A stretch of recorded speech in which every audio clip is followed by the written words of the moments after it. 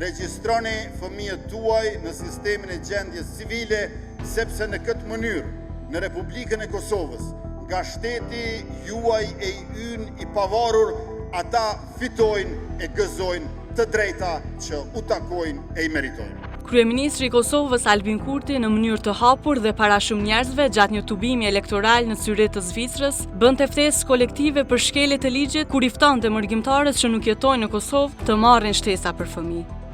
Siç e përcakton udhëzuesi për zbatimin e masës për shtesat për fëmijë dhe shtesat për lehona tek pika 1.1, të drejtën në përfitime dhe në mbështetje në kuadër të programit të shtesave për fëmijë e kanë të gjithë fëmijët deri në moshën 16 vjeç që kanë shtetësi dhe janë rezident në Republikën e Kosovës.